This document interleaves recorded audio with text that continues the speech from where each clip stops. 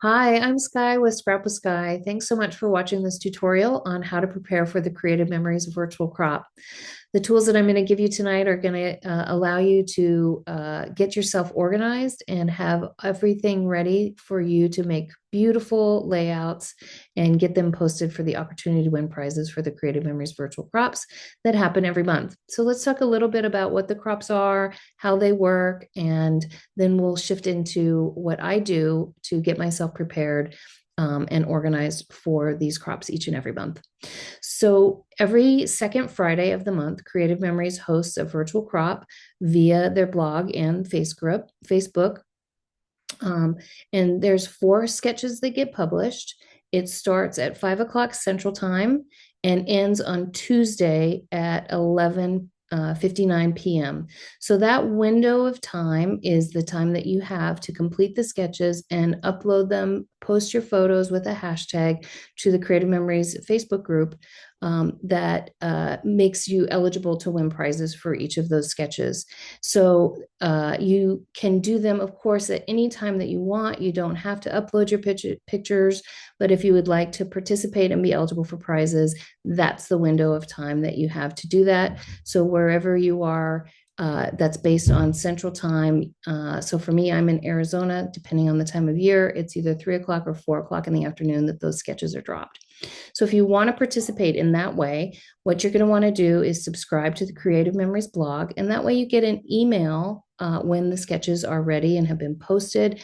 There's a link in that email that'll take you directly to the blog post that includes the sketches and sample layouts and a downloadable PDF that you can print out and use as a guide as you go along and create your sketches. The second thing you're going to want to do is join the Creative Memories Virtual Crop Facebook group. I will include links to both of those things in the comments below.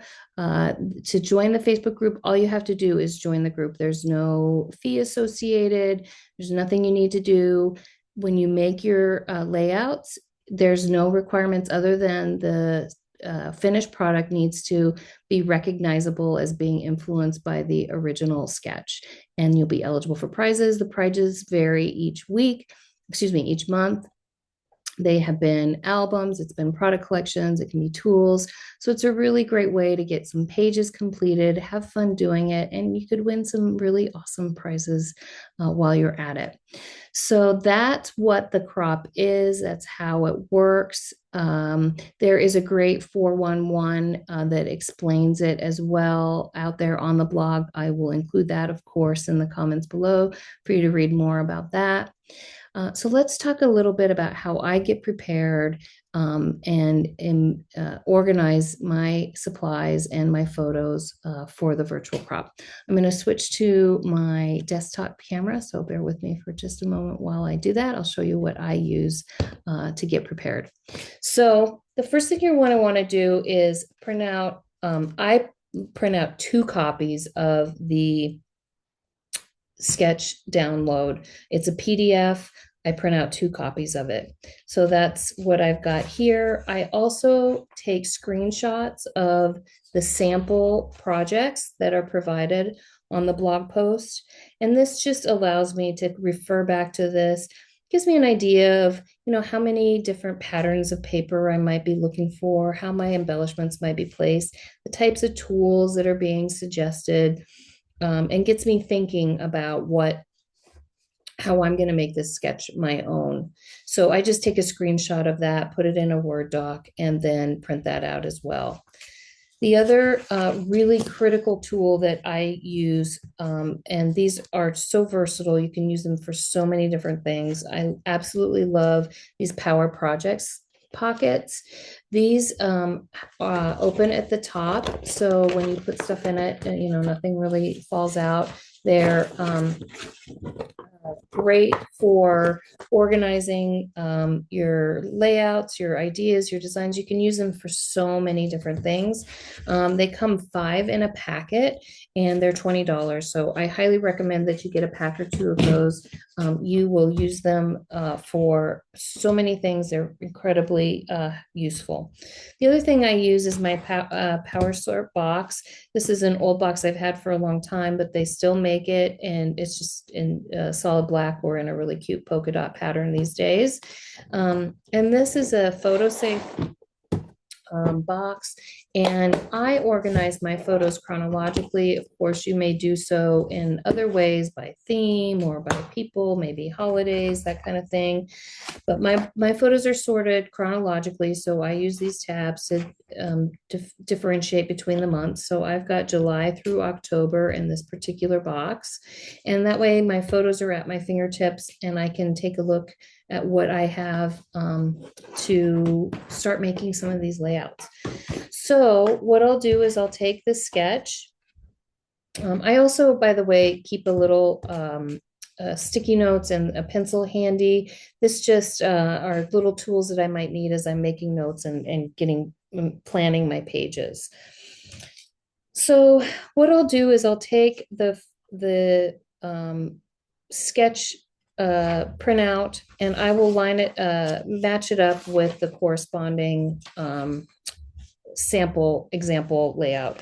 So I've highlighted sketch number 1 here, and this is sketch number 1. These, by the way, are the January 2025 sketches from the virtual crop in January of this year. So I've kind of created a little packet here. I've got sketch number 1 and sketch number 1. I'm gonna just set those aside and continue to do that for all 4 of them. So I've got sketch number 2 here highlighted, and I'm going to take the sample 3. Oops, this is 3 and 4. Once I've done that, I'm ready to select my photos for each of these. Now, as you look through the sketches, you might think, gosh, sketch number 1 has 2 photos. I hardly ever have a page that I only put 2 photos on. So how can I make this be more than 2 photos? You could do that in a number of ways. These little spots right here, you can put photos in there. You could change the size of all of these to be, maybe 3.5 by 3.5. So you would get 6 photos on there, or 5 photos in a journal box. These sketches, by the way, if you're not familiar with them, they have the dimensions of each of the elements on there. So it takes the guesswork out of it. You can follow it exactly, or you can modify it, or you can just kind of eyeball it, whatever works for you and whatever is your own personal style. So in the interest of time, I've already pulled the photos that I'm going to use for each of these. So using the first sketch as an example, I'm using these 2 photos from my daughter who was at summer camp. And these are sort of creative photos and thinking about the product collection that I want to use for them. The first thing I thought of was Full of Wonder, because it has really nice coordinating color scheme with these photos, but it also is just kind of fun and whimsical and creative. And she went to art camp, she went to dance camp, so I just thought it would really be thematically very appropriate. So I've just made a little note down here that I'm using Full of Wonder, and I made a note up here too that that these photos are from summer camp. Now I use the Power Project folders to organize all of my collections. So I just pulled my Full of Wonder, and I've got, my papers and my embellishments and journal and mat cards here all at my fingertips.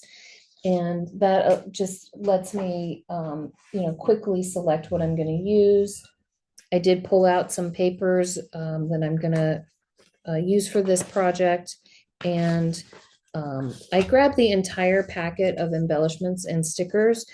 because once the page is finished, I'll have an idea of what really coordinates with it best. I didn't really want to spend a lot of time, picking out very specific embellishments, but I did grab a few journal and title cards, thinking that how I would incorporate those into the page. So once I've done that, I'm just going to put it all together.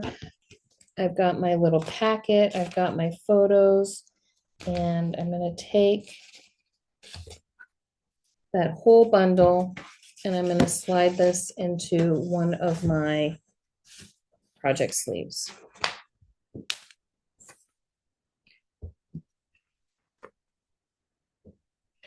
And then I'm going to repeat that. First, I've got one finger. There we go.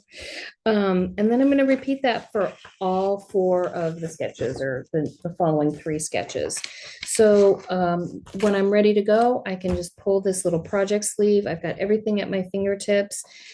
Some other notes that you might want to make while you're organizing the sketches are how you're going to orient the page. For example, this may be, this page has, this layout has 3 vertical photos and 1 horizontal, but perhaps the photos that you'd like to use are primarily horizontal.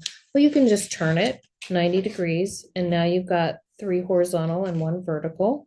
So you could make a note on there that that's what you're going to do. If you had a specific tool you want to use, a border punch, or if you're going to use stickers to make these border elements, if you've got memorabilia that you want to include in the layout, you'd be sure to include that in the pocket sleeve when you're done. If you're going to use peekaboo pockets, so for example, maybe in this one, you've got 6 photos that you absolutely love and you can't decide which ones you want to use. Well, you can add some peekaboo pockets, put those in the project sleeve as well, and you'll have everything that you need when it's time to work on the project.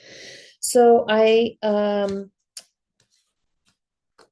hope that you find that helpful. I'm going to go ahead and switch back to my regular camera. Bear with me. I really hope that you feel that these tips are helpful as you get organized for the Creative Memories Virtual Crop, the next one that's coming up. And you will be able to create some beautiful layouts and do so in an organized and planned way that's stress-free and allows you to then spend your time and your energy creating and really coming up with some really beautiful pages to add to your albums. And you might win some prizes while you're at it. All right, thanks very much for joining me, and I will see you here back again for my next tutorial. In the meantime, happy scrapping.